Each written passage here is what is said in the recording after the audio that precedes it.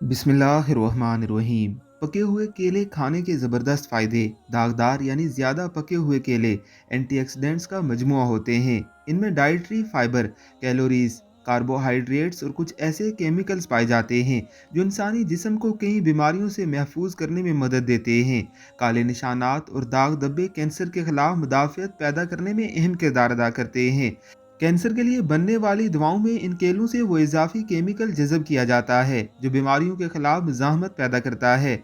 जिल्द पर पड़ने वाले दाग धब्बों को ये ज़्यादा पके हुए केले ख़त्म करने में मदद देते हैं। इन केलों में मिलानिन यानी वो मादा जो जिल्द की रंगत को नॉर्मल करने में मदद देता है पाया जाता है, जिसकी मदद से रंगत को निखारने में मदद मिलती है।